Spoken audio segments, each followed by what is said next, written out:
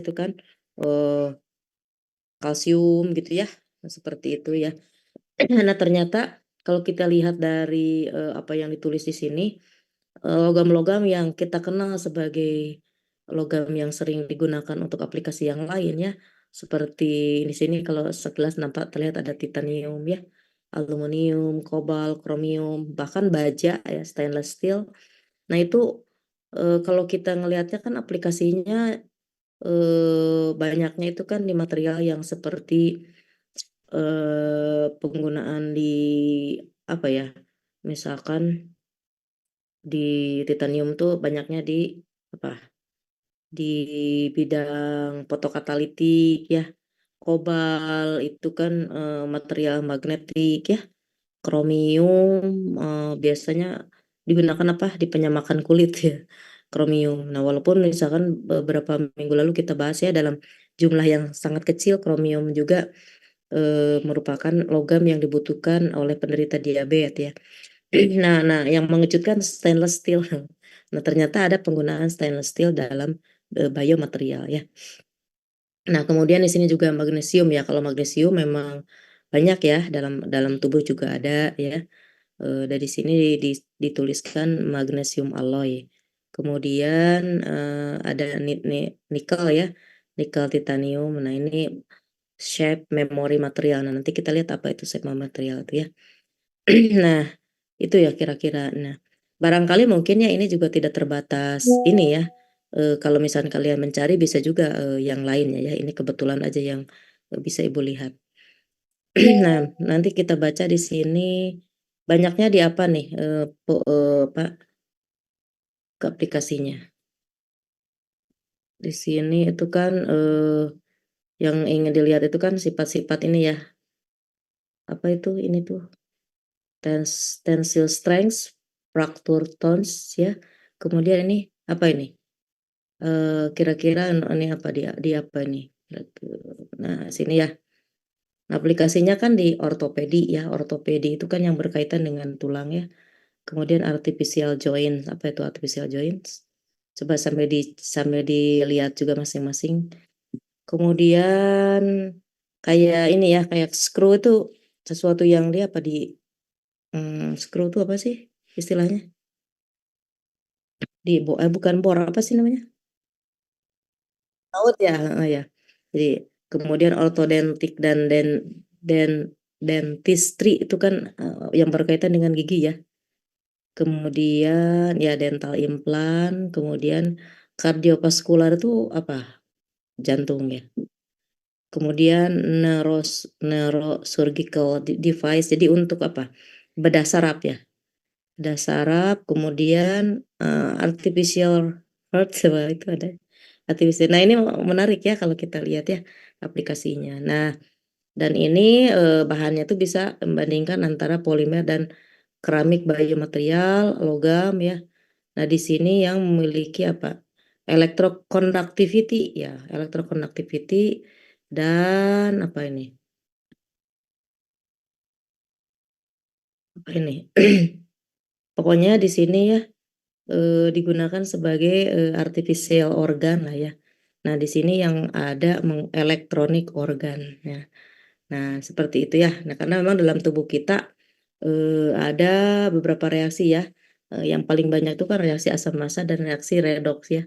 Nah kalau redoks barangkali ada yang berkaitan dengan masalah ini ya, electronic organ. Nah ini saya juga baru baca ya, seluas ini ternyata, aplikasi, apa namanya, yang berbasis logam untuk, biomaterial ya, sebagai biomaterial. Nah biomaterial itu sendiri yang sudah kita bahas sebelumnya adalah, material ya yang diterapkan dalam, bio ya, kehidupan nah ya, seperti itu. Nah kemarin itu kan, berkembang, mengapa demikian berkembang karena ternyata memang di sini aplikasinya sangat berkaitan dengan masalah kesehatan lah ya gitu, preparasi yang ada dalam tubuh baik itu tulang ya, gigi, bahkan di sini ada yang lebih mengejutkan lagi, nah ini artificial heart, staples, stent, wires and coil, nah seperti itu ya.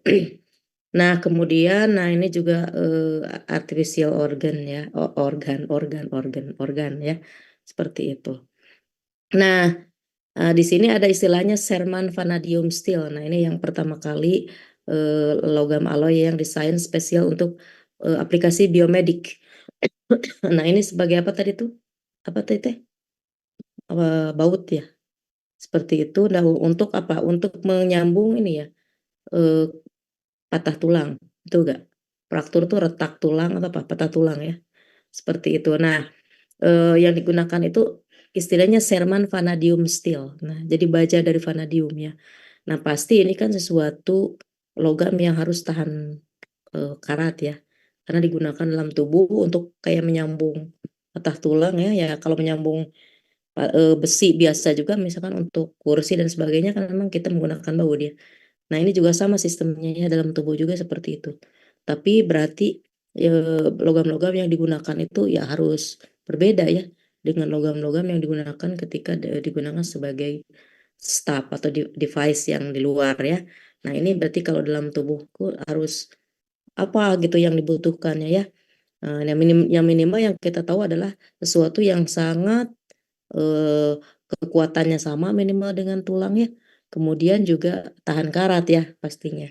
Nah, ini digunakan. Nah, ini yang pertama tuh apa Sherman Vanadium. Coba mungkin bisa sambil di searching ya apa itu Sherman Vanadium sehingga bisa pertama kali digunakan dalam aplikasi biomedik ya. Nah, kemudian yang saat ini juga logam digunakan untuk implan di pabrik implan itu adalah besi ya, kromium, kobalt, nikel, titanium, tantalum, molybdenum dan wolfram ya. Banyak sekali ya sebetulnya rentang logam yang bisa digunakan dalam implan ya. Nah, eh, yang kita tanyakannya mengapa misalkannya logam-logam ini yang dipilih gitu kan ya.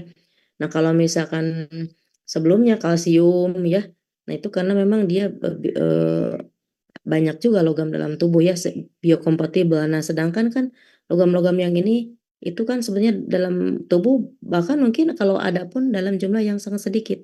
Tapi di sini digunakan sebagai eh, metal currently ya. Jadi yang logam yang saat ini sedang dikembangkan ya untuk implan itu adalah besi, kromium, kobalt, nikel, titanium, tantalum, molybdenum, wolfram dan logam-logam ini kalau kita lihat di tabel periodik ini termasuk logam apa? Golongan utama atau logam transisi ini?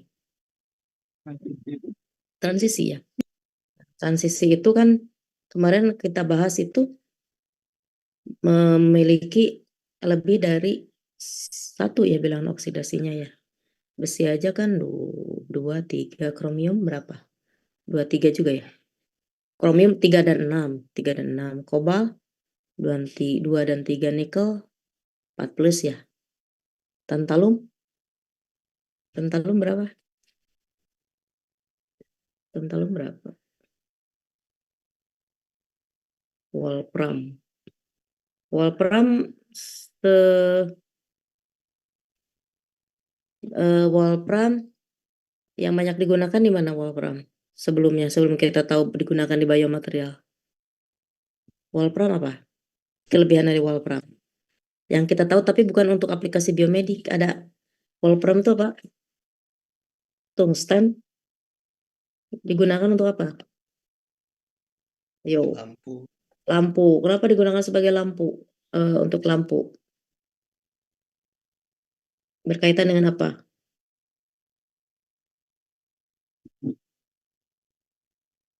Titik apa? Titik lelehnya berapa?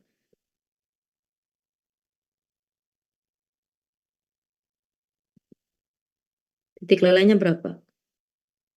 3.000-an deh. 3.000-an ya. Nah, sebetulnya kan itu kenapa dia digunakan sebagai lampu karena titik lelehnya tinggi 3.000-an. Nah, berarti kan yang digunakan sebagai implan apanya gitu ya, sifat apanya ya. Kan kalau titik leleh mah nggak mungkin lah tubuh mah kan tidak sepanas itu ya. Nah, sifat apa gitu. Nah, nanti harus kita dicari. Nah, katanya di sini this chapter review the most commonly used metallic biomaterial such as commercially seperti titanium ya. Nah, titanium ini dialoikan dengan aluminium dan vanadium ya. Titaniumnya 6 bagiannya aluminium, 4 bagiannya vanadium. Nah, dialoikan. Nah, kemudian alloy juga kobalt dan kromium ya, dan stainless steel. Nah, sebagai as well as novel metallic biomaterial currently gaining increasing attention. Nah, kemudian alloy dari magnesium, kemudian nikel dan titanium ya, gitu ya. Ini ya sebetulnya yang ada di paper ini ya. Jadi logam-logam yang ya sebetulnya kita tidak mengenal banyak ya tentang penggunanya di biomaterial. Nah, kita lihat satu-satu. Stainless steel, nah ini apa? The resist corrosion. Nah, ini berarti kan sifat ininya dia itu sangat resisten terhadap korosi. Nah, gitu ya. Berarti kan aman ya. Tidak terjadi korosi dalam tubuh ketika stainless steel digunakan sebagai logam ya yang digunakan untuk kepentingan biomaterial. Gitu. Nah, ini terdiri dari vanadium apa nih?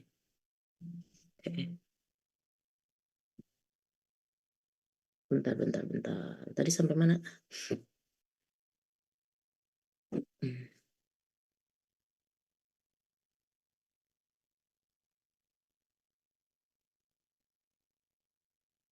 Mana sih?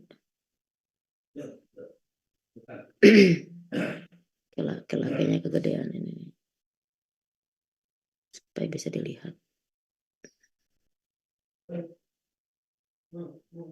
Nah, stainless steel aku masih lihat. Nah, ini ya.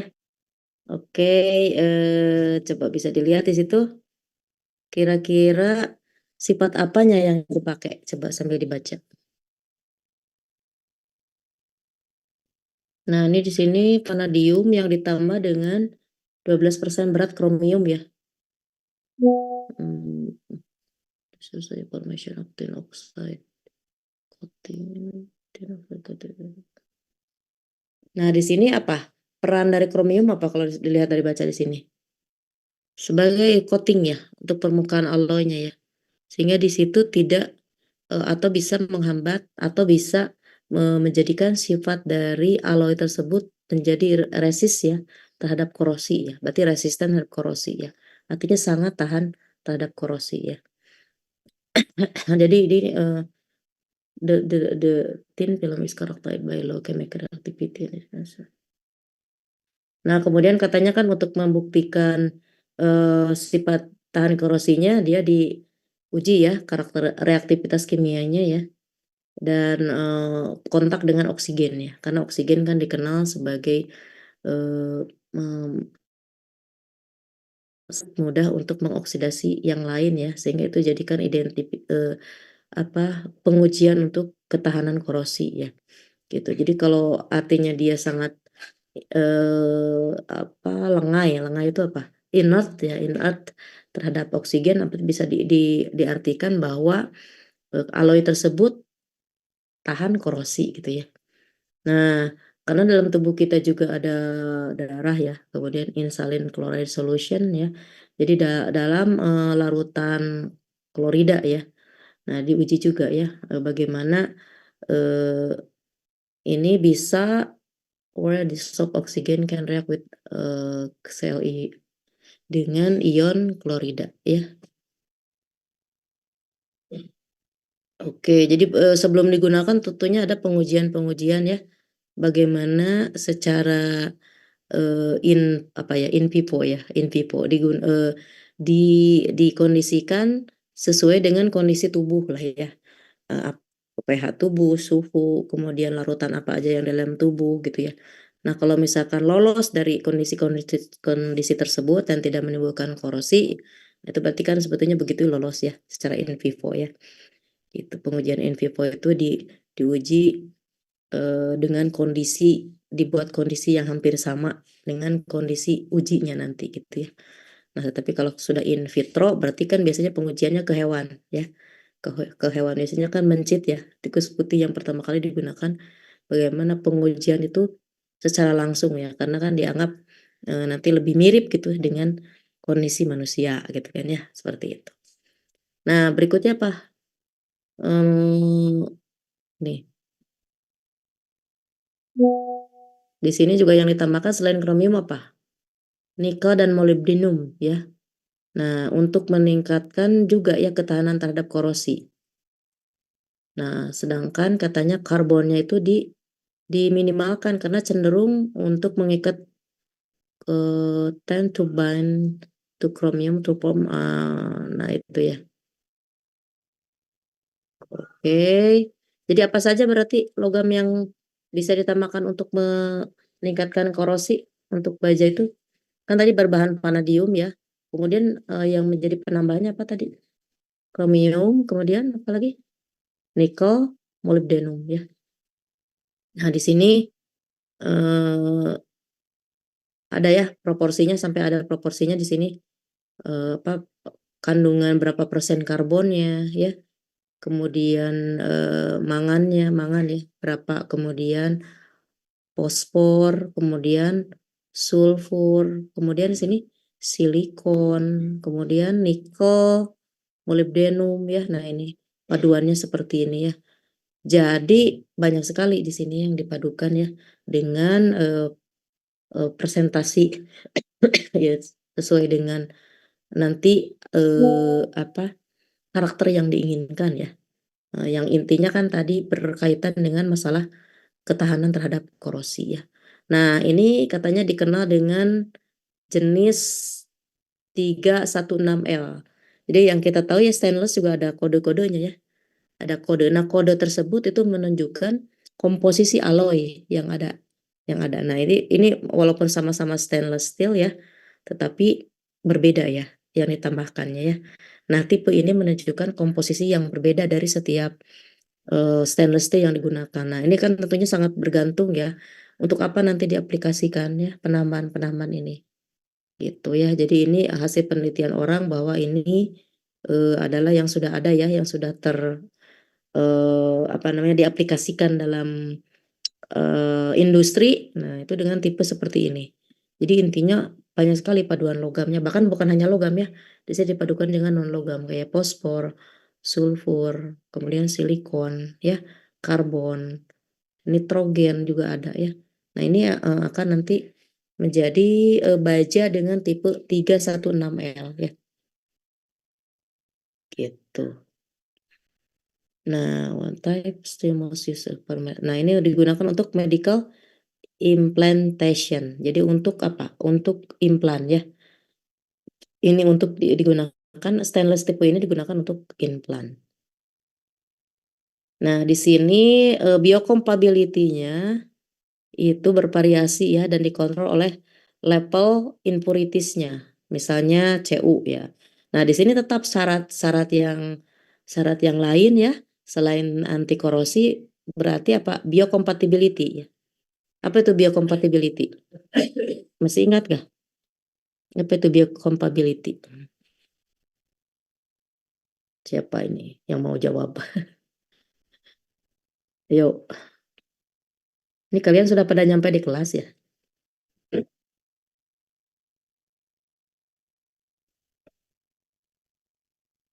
Di kelas ada orangnya nggak? Ada, Prof. Ada ya? Iya. Hadir Ibu. Hadir. Iya tuh, sok apa tuh ini? Yang maksud dengan biocompatibility itu apa?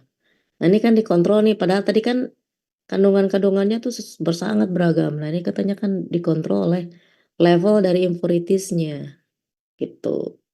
Gimana? Apa itu? Biocompatibility itu apa? Izin Prof, kalau setahu Zulfa itu suatu kemampuan bahan untuk berinteraksi dengan jaringan tanpa menimbulkan reaksi yang merugikan. Hmm. Lebih cenderung bukan berinteraksi tapi lebih kepada penyesuaian ya. Jadi Baik, Prof. menyesuaikan dengan tubuh. Jadi tidak menjadi benda asing gitu ya. Tidak dianggap benda asing gitu ya. Ya benda asing tapi yang bisa menyesuaikan dengan kondisi tubuh ya. Itu syarat yang lain ya yang harus dipenuhi oleh biomaterial gitu ya. Karena kan digunakan dalam tubuh jadi harus kompatibel. Harus cocok artinya ya.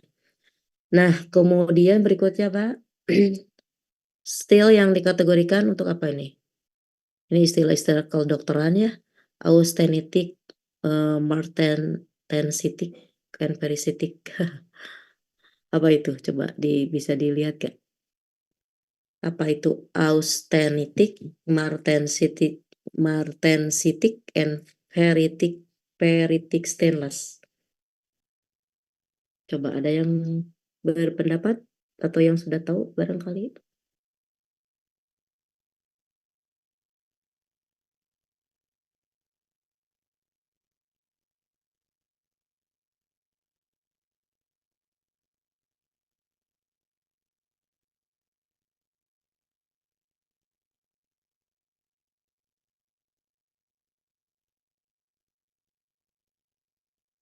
Kalau di sini disebutkan itu yang berbasis besi ya, alloy yang berbasis besi dengan kandungan kromium yang high level chromium and nickel. Jadi kandungan kromium dan nikelnya tinggi ya, dan distabilkan dengan fasa with stabilize the austenite phase at room temperature.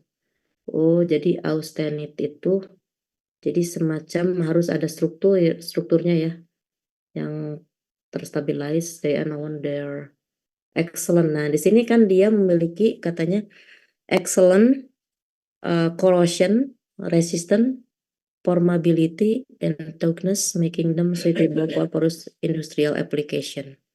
They still are non-magnetic dan bersifat non-magnetic ya, yang memiliki ketahanan dan ductility. Ductility itu apa? Kekuatan ductility over a wide range temperature. Jadi pada suhu yang bervariasi itu dia memiliki kekuatan dan ductility. Contohnya adalah stainless steel 304 grade. Nah, itu ya. Nah, kategorinya ini ya. Jadi steel itu dikategorikan menjadi kategori austenitic. Kemudian yang berikutnya adalah apa? Coba ada yang membantu mencari.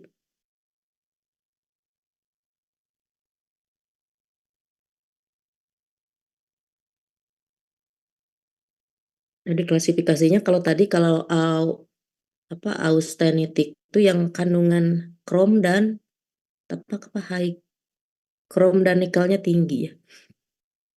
Kemudian kalau martensite refer to class stainless steel created by jadi nama struktur ya itu tuh ya. Nama struktur yang lain. Nah, dia itu when steel is transformation process when steel is rapidly cooled. Itu pada unknown for height. Nah, di sini si karakternya memiliki kekerasan ya, high hardness, strength, and wear resistant.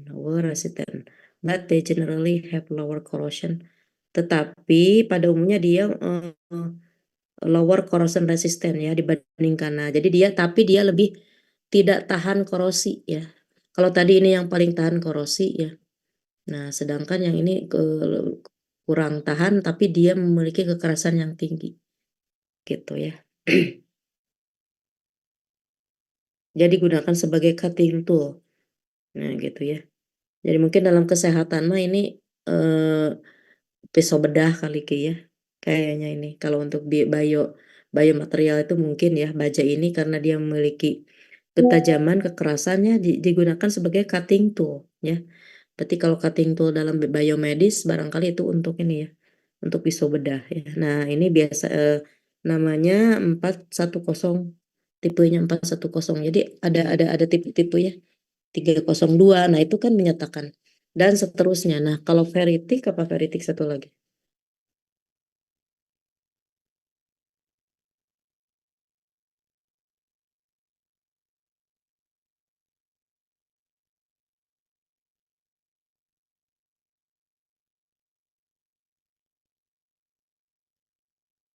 Ini strukturnya BCC, body center kubik ya, yang dikenal dia memiliki kromium ya, penamannya kromiumnya 10,5% sampai 30%. But little to tapi nikelnya tidak ada ya, atau sedikit saja ya. Kalau tadi kan nikelnya banyak ya yang austetik itu, kalau yang ini, kalau peritik ini hanya kromium tambahannya. Bahkan mungkin juga tidak ditambahkan nikel ya. Nah, making them less expensive. Nah, ini katanya yang paling mahal ini dibandingkan dengan austenitic steel ya. Nah, ini memiliki resistensi yang baik terhadap korosi dan oksidasi ya. Tetapi tidak setinggi ini. Jadi tetap yang paling tinggi anti korosinya yang ini ya. Kemudian yang rendah ini sedang dalam masalah korosi. Tetapi yang ini tadi memiliki kekerasan yang tinggi ya, sehingga digunakan sebagai cutting tool ya. Kemudian ferritic steel is known as their good ductility. Ductile itu apa sih? Ada yang tahu ductile? Sifat dari logam itu kan ductile, malleable. Ductile itu apa? Sangat mudah ditempa ya. Jadi mudah ditempa itu ya mudah dibentuk gitu ya, sangat mudah dibentuk ya. Jadi their good ductility. Kemudian resistant to straight corrosion cracking ya. Jadi dia tuh sangat resisten di anti korosi ya, to straight corrosion cracking and excellent formability, but they are generally less touch, especially at low temperature ya. Tapi tidak apa ya, tidak kuat ya, terutama pada temperatur yang rendah. They still often the automatic house system. Nah gitu ya. Jadi masing-masing akhirnya ya, akhirnya kita bisa memilih ya dari beberapa karakteristik ini ya, mana yang cocok ya, tergantung ya, tergantung penggunaannya. Tapi semua ini digunakan untuk apa namanya biomaterial ya. Nah ini ini FCC strukturnya ya. Jadi yang austenetik itu FCC, kalau tadi yang peritik itu BCC ya. Nah ini digunakan sebagai biomaterial, still non-magnetic and hardness gitu ya. Nah itu kalau untuk itu selebihnya nanti bisa dibaca ya karakter-karakternya, dan ini adalah permukaannya kalau kita pakai SEM ya, pakai SEM image ya, dengan SEM bisa kelihatan perbedaannya masing-masing ya, di permukaannya tuh bagaimana ya. Ini kalau yang F ini apa yang F ini? Oh, nah ini akhirnya dengan berbagai paduan yang berbeda ya, ternyata di sini bisa dilihat dengan SEM, maka permukaan dari bajanya itu berbeda-beda ya. Kalau ini kan cenderung grind ya, berbentuk butir-butir gitu ya, shape-nya kelihatan. Kalau ini kan cenderung seperti apa namanya ya, tube ya. Kemudian ini seperti apa nih? Kayak wire ya, kayak apa kawat-kawat kecil gitu ya. Nah, ini semua membedakan sifatnya ya. Dan ini perbedaan ini diakibatkan dari perbedaan komposisi atau tambahan-tambahan zatnya gitu ya. Kalau tadi berapa persentasi nikelnya, kromiumnya gitu ya. Nah, bisa dilihat. Nah, ternyata memang dari segi permukaannya juga ketika dilihat dengan SEM ya, maka akan terjadi perbedaan morfologi ya. Seperti itu. Nah, ini tipe-tipenya ya, tipe-tipe yang sudah ada di komersil tentunya ya, yang seperti ini. Nah,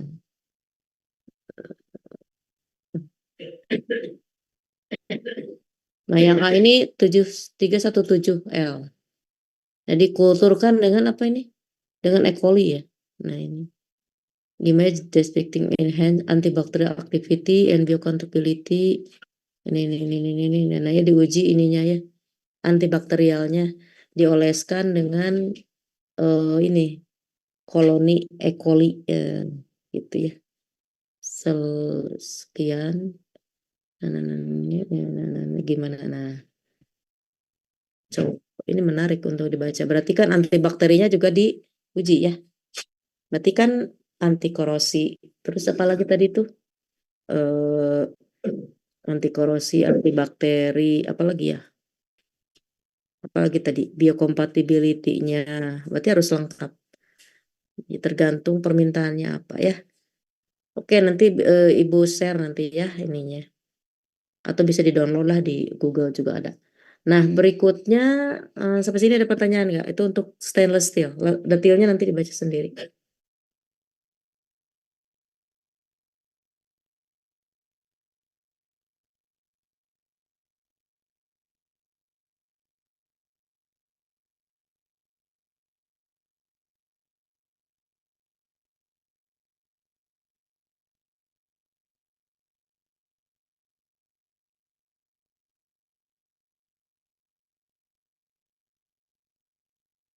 Oke, ada yang tanyakan atau ada yang dinyatakan? 9 September biometeorogram. Senin. Safa Senin depan tuh libur ya? Safa, Safa. Halo, halo, koordinator. Ini masih ada orang. Masih. Nih, eh, sebelum lupa, Senin kan tanggal 16 ini ya, libur ya. Iya, Bu. Nah, tapi secara Ibu lupa ngasih jadwal ini ke Safa nih. Ibu kirim sekarang. Yang dikasih Bu Yusi. Hmm.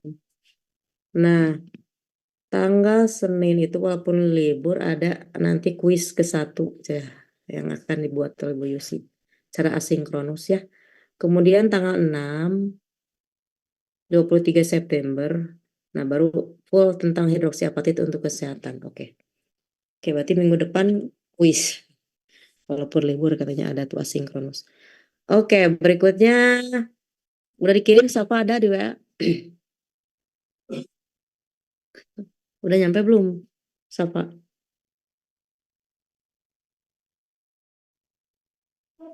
Iya, Bu, sudah dikirim. Oke ya. Nah, itu jadwalnya. Nah, berikutnya alloy dari kobalt dan kromium. Ya, ya. Nah, ini most pervasive and superior. Nah, ini lebih superior dibandingkan dengan stainless steel katanya ya. Di dalam hal corrosion stability ya. Berarti lebih anti korosi ini ya. Kobalt sama kromium itu dibandingkan dengan baja katanya ini lebih superior dalam hal anti korosi ya. Ini. Nah, ini juga digunakan dalam industri pesawat terbang ya. Itu kobal, molybdenum, wolfram material ya. Nah, ini memiliki kekuatan pada temperatur tinggi, betul ya. Nah, apalagi kalau untuk pesawat terbang ya. Pesawat terbang kan dia bergerak dengan kecepatan sekitar 800 km ya per jam ya. Nah, kebayangkan gesekannya dia sangat kuat, sangat cepat bergesekan maka akan timbul panas ya. Nah, ini makanya salah satu yang aplikasikan di sini adalah paduan kobalnya di sini dengan molybdenum dan wolfram ya. Nah, kita tahu wolfram itu kan sangat tahan terhadap panas. Nah, ini digunakan kekuatan itu ya. Dia tuh mantap ya. Dia kuat pada temperatur tinggi dan apa namanya itu? Tahan korosi ya, superior, lebih tahan dibandingkan dengan eh, tadi tenon baja ya. Nah, ini yang lainnya juga bisa modifikasinya seperti ini ya. Kobal, kromium, molybdenum, kobal, nikel, kromium, molybdenum, dan nah ini kobal, nikel, kromium, molybdenum, besi ya gitu ya. Itu ya paduan-paduannya banyak sekali. Terus berikutnya adalah ini masih kobal ya. Coba sana dibaca. Nah, kalau di biomaterial dia digunakan sebagai ini ya untuk ortopedi dan masalah gigi ya. Apa itu artificial joint?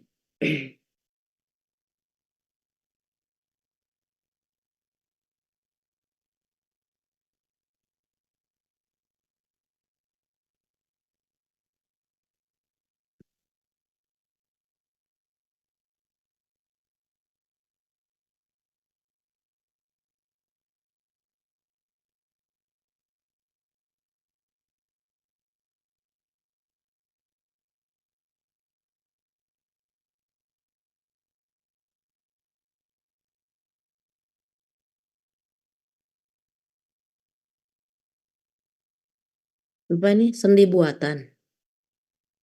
Artificial joint itu sendi buatan. Baru dengar saya sendi buatan. Ya, jadi yang ini salah satunya selain implan gigi juga digunakan sebagai artificial joint. Kalau di sini diterjemahkan sendi ya, sendi buatan. Ada yang pernah pakai sendi buatan? Oke, oke, oke, oke. Lutut ya. Nah, misalkan kalau ada yang parah atau lututnya sudah kena ya. Hmm. Oke, ya itulah ya. Jadi di sini tadi memiliki apa namanya sifat korosi yang lebih superior dibandingkan dengan baja ya. Dan ini sebagai tambahannya digunakan sebagai artificial joint ya. Jadi untuk sendi buatan katanya gitu ya. Nah ini ya nanti detailnya bisa dibaca apa aja. Terus di sini yang berbasis titanium. Nah, apa ini digunakan untuk apa?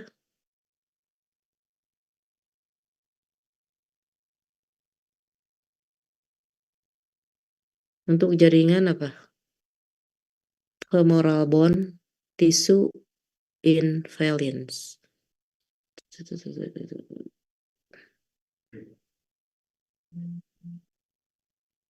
Nah, dia sangat resisten terhadap biocorrosion, specific strength and elastic modulus. Jadi ada tambahannya, Pak. Elastik, elastik ya. Dan sangat tergantung kepada komposisi kimianya, maka komersial pure titanium dikategorikan ke dalam 4 grade ya. Jadi tergantung dari berapa persennya ya. Ada grade 1 sampai grade 4 katanya di sini ya. Di situ yang maksimumnya 0,7%. Nah, ini kan ada level 1, level berapa 2 ya, 3 dan seterusnya. Nah, ini tadi sifatnya tuh anti korosi, terus apa tadi tuh? Anti korosi, terus apa tadi saya lupa, ada 3. Oh, bio corrosion, specific strength ya, specific strength itu apa ya, kekuatan yang sangat spesifik lah yang dibutuhkan gitu ya, tidak kuat tidak lemah tapi ya sangat spesifik untuk yang dibutuhkan. Kemudian elastik modulus, jadi kayak elastik tuh kan kayak apa ya, mudah lentur gitu ya, elastik gitu ya. Nah ini sangat katanya ada 4 kategori tergantung dari berapa persen titaniumnya ya, dari grade 1 sampai grade 4. Nah coba kita lihat aplikasinya tadi untuk apa. Coba bacaannya ada yang ketemu. Nah ini tadi untuk ini ya, implan juga ya, jaringan tulang. Nah ini sudah ada ya secara komersialnya ini. Nama-nama komersialnya ini nih. Oke. Ini. Oke. Nah itulah ya nanti bisa dibaca komersial use-nya. Nah kemudian ini apa?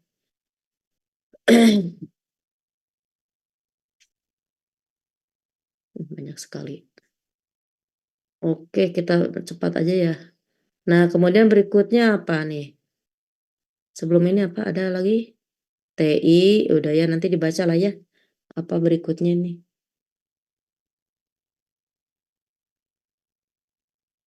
Oke.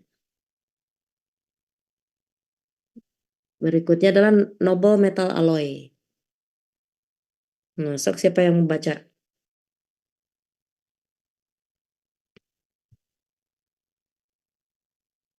Siapa yang membaca?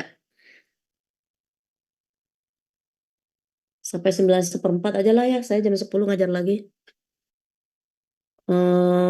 Coba baca. Adrian, ada tuh Adrian. Ada Bu. Sok baca. Noble metal alloy. Alah kesimpulannya apa baca? Bentar.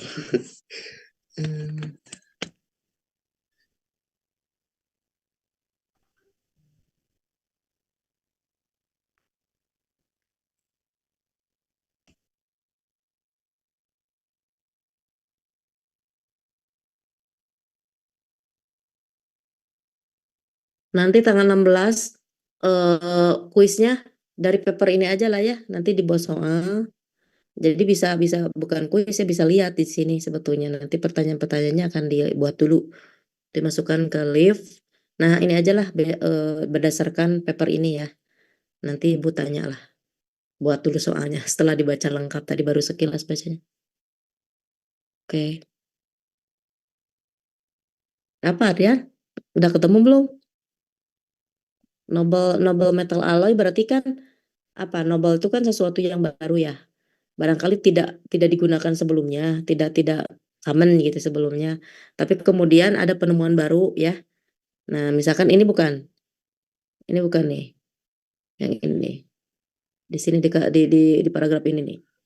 Ya kalau yang dibaca sih noble metal kayak kalau yang disebut tuh logam, terus kayak platina gitu-gitu di sini ketika di apa ya di alloy diikat Padukan. sama alloy dia jadi ningkatin korosi apa sih kemampuan tahan Resist. ya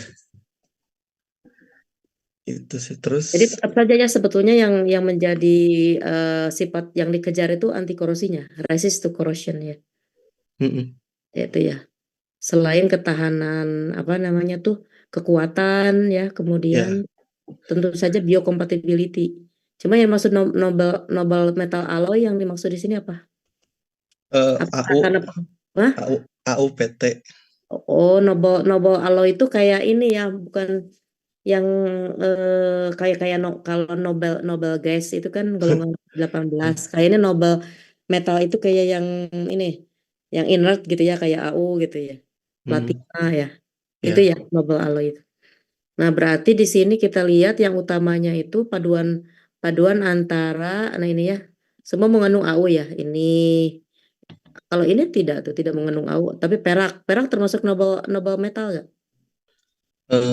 ada yang masuk sih. Jadi noble metal tuh kadang dilihat dari karakteristiknya kayak tahan terhadap oksidasi dan suhu tinggi juga. Berarti di sini harus cari dulu apa itu Nobel metal. Gitu ya. Apa itu yang maksud dengan noble metal?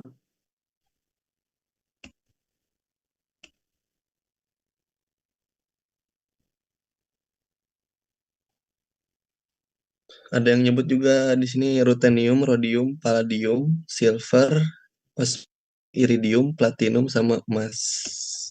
Titanium ya. Jadi katanya di sini kelompok logam yang sangat tinggi resistennya terhadap korosi dan oksidasi ya. Hmm. This metal to retain sign. Oh, this metal tend to retain their sign and do not react easily with other element. Oh, jadi yang sulit bereaksi sebetulnya ya. Pertama dia tuh yang sangat memiliki anti korosi yang sangat tinggi, kemudian sangat sulit bereaksi ya. Do not tidak bereaksi dengan mudah, artinya sulit bereaksi dengan unsur yang lain gitu ya. Nah, itu damas commonnya itu kayak gold, silver, platinum, palladium, rhodium, iridium, osmium, ruthenium. Jadi itu definisinya tuh. Jadi dia itu tadi ya sangat tahan terhadap resisten dan tidak mudah bereaksi dengan logam lain gitu ya. Itu definisi noble metal. Tapi eh, ternyata walaupun begitu bisa dibuat alloy gitu ya. Nah, ini ada paduan-paduannya berarti ya. Berarti yang termasuk di sini kan AU, AG ya, platinum, palladium. Nah, itu. Nah, kita lihat di sini pasti ini mahal ya kalau kalau ada biomaterial yang berbasis noble metal, kita gunakan untuk apa coba ini di sini. Dental amalgam. Oh, amalgam. Apa itu amalgam?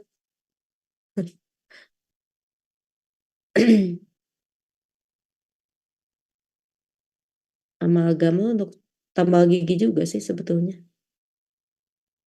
Amalgam ya. Di sini bentar. Hmm. Apa sifatnya? Kenapa harus pakai eh, noble metal alloy? Padahal kan dia mahal. Mengapa? Alasannya. Tidak bisa pakai yang murah.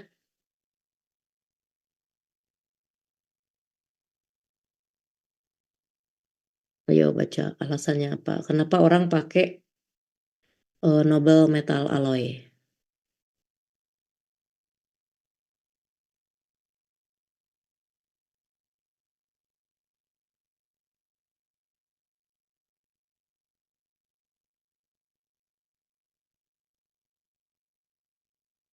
Nah, walaupun katanya ini masih ada perdebatan ya, menimbulkan toksik ya, toksik ya, masih ada debat tuh penggunaan amalgam tuh, karena masih katanya salah satu yang menyebabkan ini sklerosis tuh kronik ke patiku ya, ada Alzheimer, nanti sebutnya teh Alzheimer or Parkinson disease. Nah itu. Nah ini kan banyak disebut nih penyakit ini. Nah ini salah satunya bisa karena penggunaan amalgam ya, yang alergi terhadap amalgam. Nah ini yet only pure open. Di sini apa kelebihannya katanya? Ardian udah ketemu belum? Noble metal alloy itu apa? Kalau di sini malah ketemu ininya, pengaruhnya. Cuman itu aja sih Prof tadi yang tahan korosi aja. Dan korosi ya. Ya kan mahal tuh. Hmm. Nah sebetulnya kalau ibu melihat sih gini, ketika diitukan dalam tubuh ya, dia itu kan berbahaya kalau dia mudah bereaksi dengan dalam tubuh ya. Nah karena dia tadi sangat tidak mudah bereaksi dengan yang lain, berarti kan dia itu lebih paduannya pun akan lebih cenderung tidak mudah bereaksi ya. Walaupun dengan kondisi tubuh yang berbeda pH-nya, temperaturnya. Jadi sebetulnya dia itu menurut ibu ya dibuat kenapa oleh noble metal alloy karena memang sifatnya itu yang tadi sulit bereaksi. Artinya dia kalau sulit bereaksi berarti aman di tubuh itu. Dia hanya ya udah dia saja gitu, sendirian gitu. Nanti kalau tidak digunakan kan ya dikeluarkan oleh tubuh tanpa bereaksi tanpa mengganggu reaksi-reaksi yang ada dalam tubuh kan begitu. Kalau ibu melihatnya begitu karena dari sifatnya dia itu adalah logam-logam yang sangat sulit bereaksi dengan yang lain, tidak mudah gitu kalau tidak dikondisikan ya. Maka ketika dibuat paduan logamnya pun, nah itu begitu. Kalau misalkan dibuatnya satu aja, misalkan emas saja kan mahal, ya kan? Nah maka dia dicampur dengan paduan yang lain gitu ya, supaya misalkan kalau dibutuhkan dalam jumlah yang besar, kalau dengan alloy itu kan tidak terlalu mahal ya, karena kalau dengan AU saja misalkan itu kan sangat sangat ini sangat mahal kan. Misalkan untuk nyambung tulang pakai emas berapa gram, mahal kan. Nah, artinya kan dipadukan itu mengurangi biaya tetapi masih memiliki sifat-sifat dia itu apanya? Tidak mudah bereaksinya gitu. Itu ya analisa Ibu sih begitu ya. Jadi dibuat noble metal alloy itu mengambil satu logam yang tadi tidak mudah bereaksi tetapi kemudian dipadukan dengan logam lain yang lebih murah. Tapi sifat-sifat inaktif inaktif dalam reaksi dalam tubuhnya itu tetap ada gitu. Gitu maksudnya. Walaupun katanya di sini masih ada perdebatan ya penggunaan apa namanya? Oh ini dari sini Hg ya. Ada juga yang orang mencampurkan dengan Hg. Nah, ini menjadi salah satu kontribusi terhadap Alzheimer and Parkinson disease ya, gitu ya. Ya, ada saja sih sebetulnya risiko-risiko yang diambil ya. Itu kalau yang noble metal alloy. Nah, kemudian yang berikutnya adalah shape memory alloy. Shape memory alloy apa itu? Memory alloy material for implantable device has been increasing in recent times due to favorable combination for the unique mechanical and functional properties. Jadi ada ada yang dipadukan kombinasinya antara mechanical and functional properties, namely shape memory effect and their pseudo elasticity, pseudo report to material ability to recover original shape. Nah, sok ada yang mau yang ini yang terakhir siapa yang membaca? Jaka ada, Jaka hadir? Sok Jaka baca ini sambil disimpulkan dari paragraf ini apa yang diperoleh dari membaca shape memory alloy. Jaka ada? Hadir Ibu. Sok baca.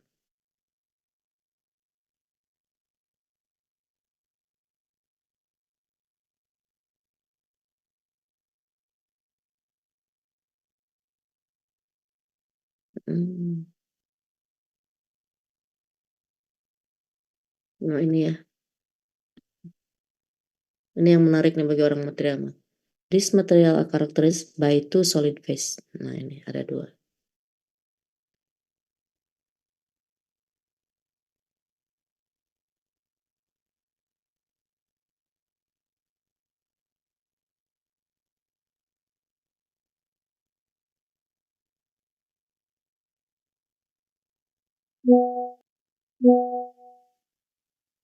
Apa katanya penggunaannya? Harus lihat ke bawah ya. Hmm.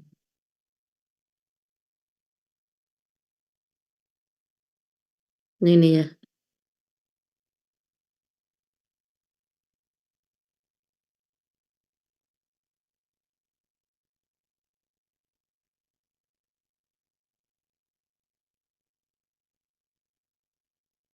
Contohnya apa ya dalam penggunaan apa ini? Oke, bentar.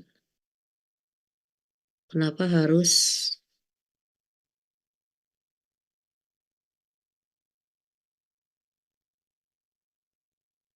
sampai baca saya juga lupa lagi nih.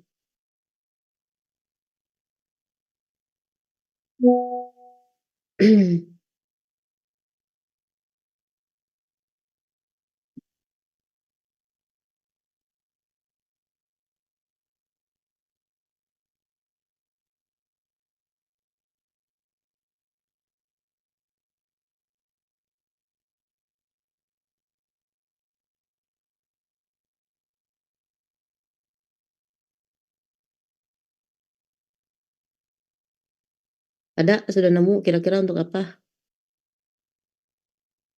Shape apa tadi tuh? Shape memory.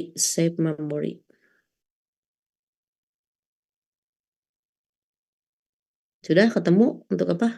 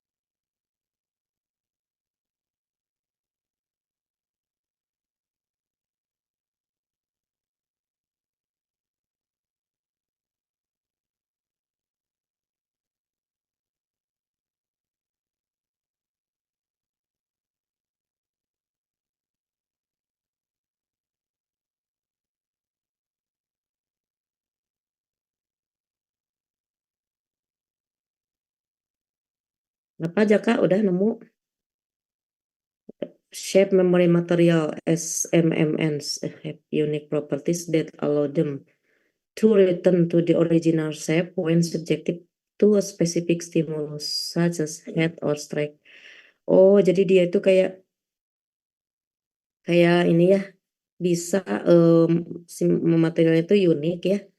Jadi bentuknya itu akan kembali ke semula apabila dia di when subjected to a specific stimulus, apabila distimulasi ya, seperti oleh panas dan stres katanya.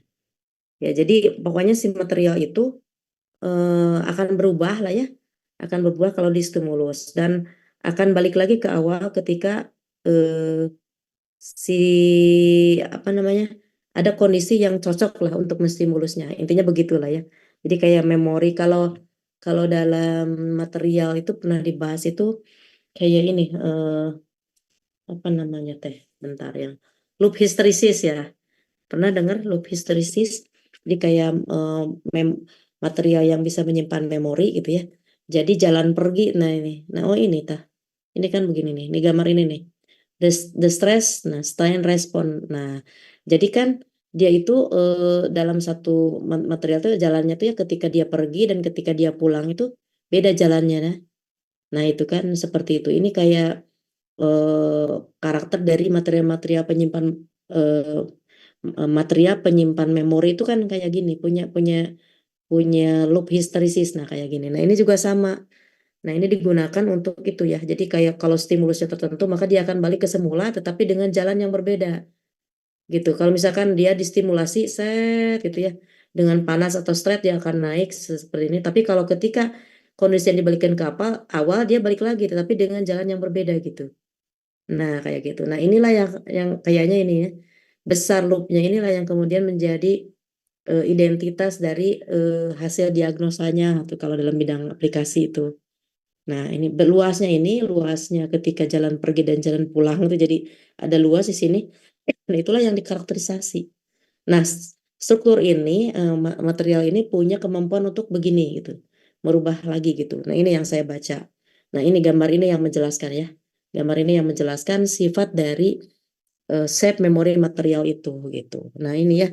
Nah, biasanya ini digunakan dalam kalau ortodentik itu shape memory material use in brace to apply consistent pressure gradually moving teeth into the correct position. Oh, gitulah yang nggak ngerti ini harus diterangkan sama dokter gigi kali ya aplikasinya ini. Yang ortodontik tuh dalam kasus apa gitulah pokoknya ya. Nah, tapi menggunakan material tersebut. Nah, kalau dalam surgical tool atau yang alat untuk ini ya, untuk bedah ya, instrumen made from shape memory alloy can change shape during surgery. Jadi si apa namanya tuh material itu berubah ketika selama operasi. Nah, itu ya, jadi kayak flexibility dan kontrolnya minimal invasive prosedur. Jadi, nah itu ya berarti unik dia punya punya bentuk yang berbeda dalam fungsi berbeda gitulah intinya ya. Gitu. Jadi banyak digunakan dalam ortodentik untuk menentukan posisi gigi dalam dalam apa namanya dalam bedah ya, kemudian dalam implan tulang. Dalam implan tulang shape memory material can be designed to conform the body shape. Oh gitu ya. Jadi bagaimana menyesuaikan bentuk yang sama gitu ya, dalam bone implant. Kemudian dalam artificial itu otot ya. Nah, ini masih masih diteliti katanya research ongoing itu. Bagaimana shape memory ini gitu.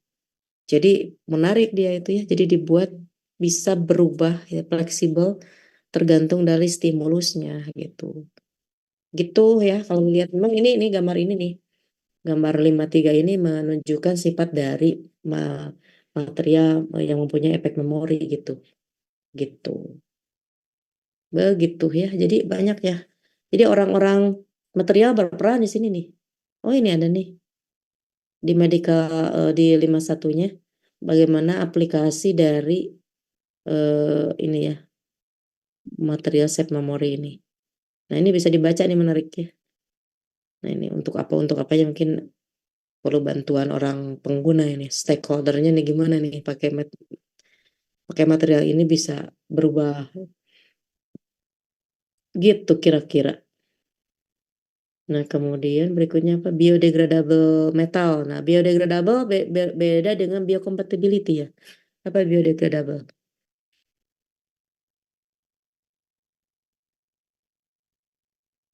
Siapa ya? Siapa yang ikut kuliah ini? Ada 16 orang, ada Tiara. Tiara akan daku. Tiara cepat. Apa itu biodegradable metal? Cepat.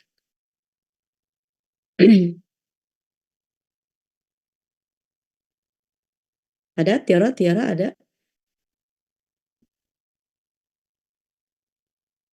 Jatinangor udah nggak macet gitu ya.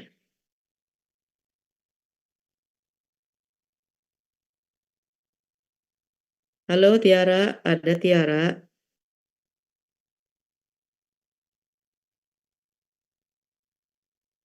Semua off cam ini ya. Hanya saya sendiri yang on cam ya. Cobain on cam semua ini. Pada ada di mana ini? Coba on cam.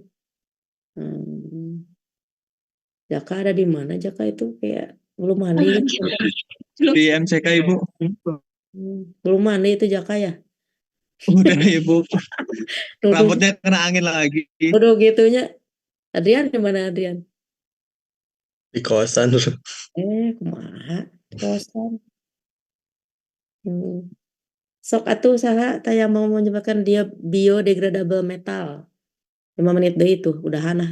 9:30 Ibu. Mau ke kampus soalnya mau kimia dasar. Masih macet nggak ya? Masa perlu daring lagi gitu? Ada yang lewat Cibiru tadi? Enggak. Enggak, Bu. Oh enggak ya. Katanya kan sampai pada balik lagi tuh berapa dosen. Gara-gara macet gitu. Gabriel. Gabriela. Gaby dipanggilnya kan naon? Gabriela Kalista. Gabriel, Ibu. Gabriel sok. Gabriel. Apa itu biodegradable metal? Biodegradasi metal kan, Bu? Gak tahu apa itu. Maksudnya ah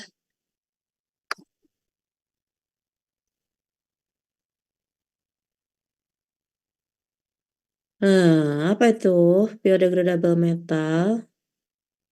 kalau misalnya yang ngeliat di sini bisa terdegradasi secara alami gitu, Ibu. Kalau dia digunakan sebagai implan misalkan, terus dia terdegradasi ketika masih dalam tubuh, gimana tuh? Eh, Jadinya dia keurai gitu buat jadi implannya. Jadi bisa nyembuhin tulang yang kayak retak atau patah gitu.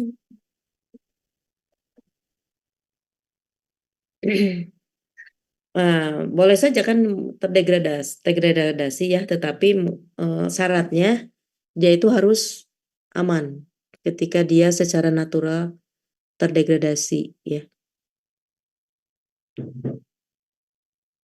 Gitu gak? Magnesium, nah zinc, besi ya. No need for second surgery. Nah, itu harus dibaca sih sebetulnya ya. Banyak aspek ini kalau kalau bahasa search aja biodegradable metal itu apa sih gitu ya. Nah, biodegradable metal are of class of metal designed to degrade safely within the body after fulfilling their function, making them ideal for temporary medical implant. Jadi pokoknya mah kalau terdegradasi pun ya aman lah gitu lah ya intinya ya. Ya, artinya kan harus ada logam-logam yang memang ada dalam tubuh kita. Jadi ketika dia terdegradasi masih aman lah gitu ya. Itu intinya begitu ya. Nah, nanti kita lihat ya sebetulnya nanti ini dibaca lah ya. Nanti Ibu kirim aja lah biar cepat mah ke WA ke Safa nanti ya. Nanti dibaca nanti untuk Senin depan tugasnya ada apa namanya teh? Ada kuis yang dari sini. Terus yang tadi yang tanggal berarti saya 1 kali lagi kali ya. Tanggal 5, 6 ke 6 nanti eh, boleh gak itu presentasi dari yang dapat di sini yang lebih dihitungkan lagi aja presentasi. Jadi kan kalau HAP kan udah Ibu terangkan berkali-kali ya. Kalau di sini kan HAP nextnya itu boleh gak kuis tanggal Seninnya. Kemudian berikutnya boleh mencari yang sejenis ini ya yang tentang biomaterial yang berbasis metal. Kemudian ini kan ada 16 orang, 3 kelompok aja. 3 kelompok, 5 orang per kelompok kan ada yang 6. Cari sejenis kayak gini gitu ya. Terus dipresentasikan di Senin nanti tanggal 23. Oke, tidak? Baik, Bu. Baik, Bu.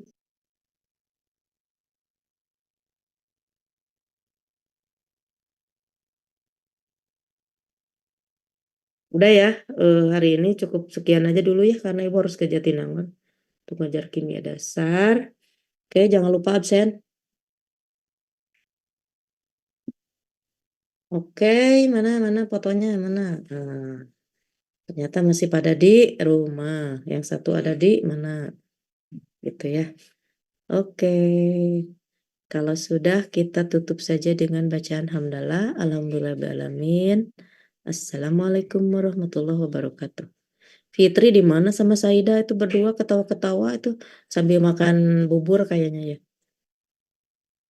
Di mana itu? Sama Zulfa tuh sama MCK Ibu. atau pernah sama tuh di mana? Di kimia di MCK Ibu. MCK itu nah? Mandi cuci. Di meja coklat kimia. Oh gitu meja coklat ya. Ya wae istilah teh rapal tuh ya. Oke, ya, dah, kita tutup saja. Yuk, mangga. Assalamualaikum. Salam, kasih Prof. Terima kasih Bu. Terima kasih Bu.